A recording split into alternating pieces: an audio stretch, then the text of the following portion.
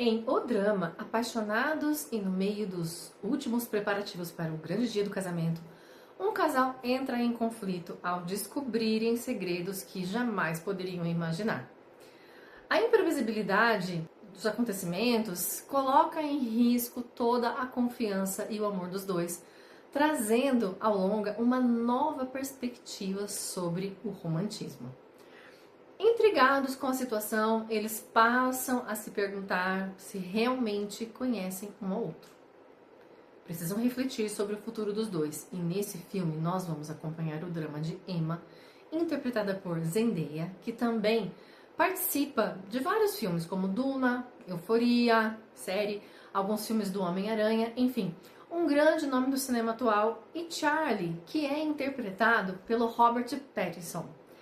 Outro grande nome também do cinema que participou da saga Crepúsculo, fez filmes também como O Farol, Batman e muitas outras obras.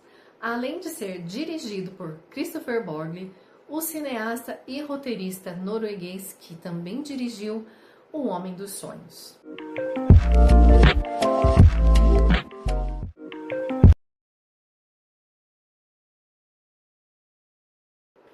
Antes de tudo, dá um like, comenta aí, se inscreve para ver mais vídeos sobre filmes, sob o olhar da psicologia e da psicanálise.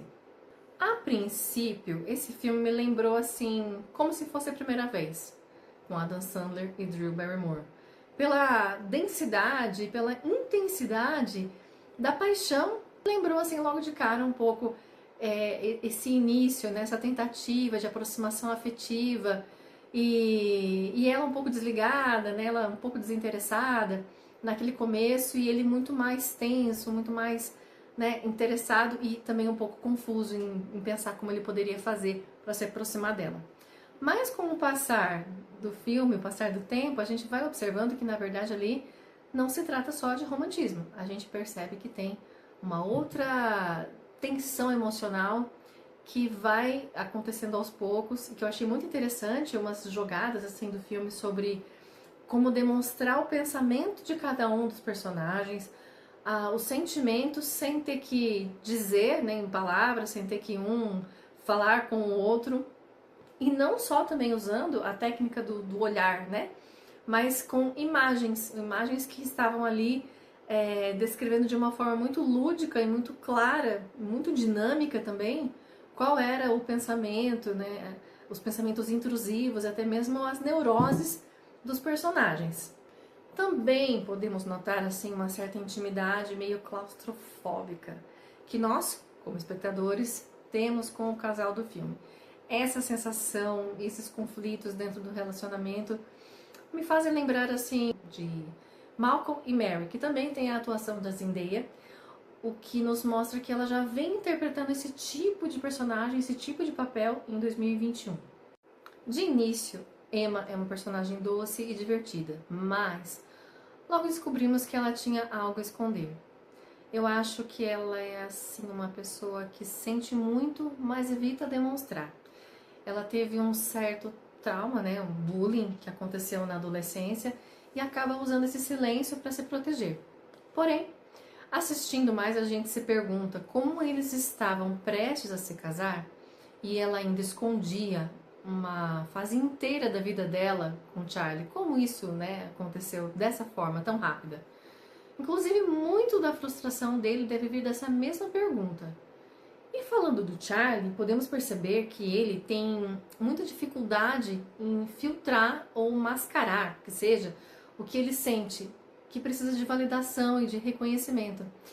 Ele é do tipo de pessoa que idealiza o outro.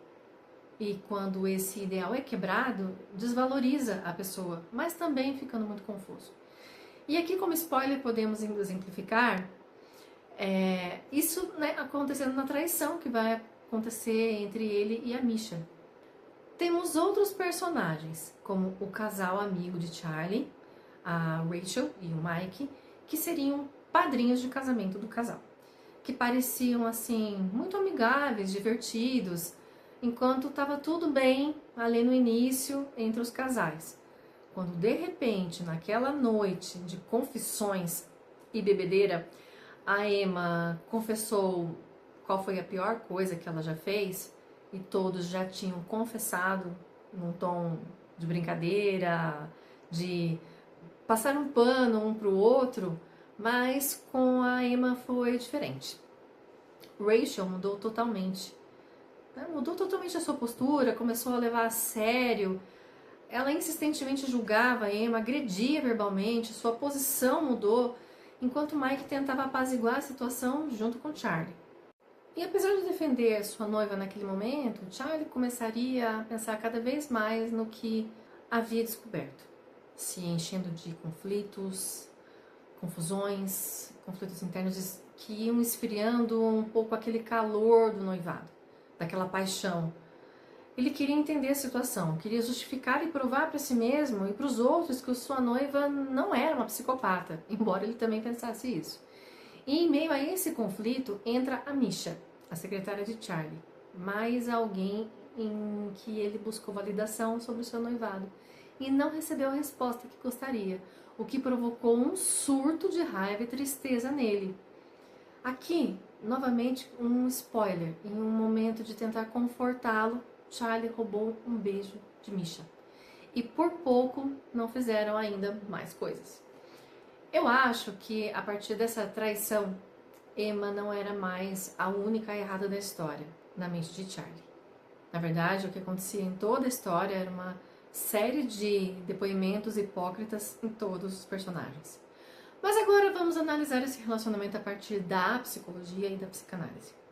Esse casal representa uma dinâmica entre um apego ansioso, o Charlie, e um apego evitativo, a Emma. No apego ansioso existe uma busca de proximidade e confirmação, quase uma fusão, por medo do abandono e necessidade de segurança. Já no apego evitativo, existe uma maior valorização da independência e o medo de perder o controle ou se sentir invadido. E esses dois apegos também podem acontecer juntos na mesma pessoa. Essa dinâmica fica evidente já que eles estão presos em um ciclo onde ele precisa de uma validação e proximidade e ela, ao perceber o excesso, se retrai. Ele vê a retração como um tipo de abandono e se intensifica, o que faz com que ele precise se afastar, com que ela precise se afastar ainda mais e ele se sinta mais perdido ainda, começando a acreditar que realmente ela pode ser uma psicopata.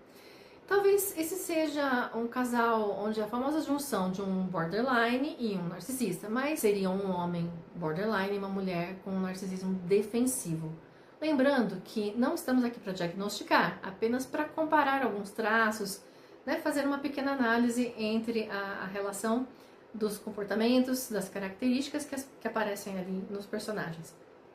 Mas o narcisismo, logicamente, é um quadro muito mais profundo que abarca outros sintomas e no caso do apego evitativo a gente pode entender que é um traço e a gente precisaria destrinchar muito mais para entender realmente quem seria aquela personagem.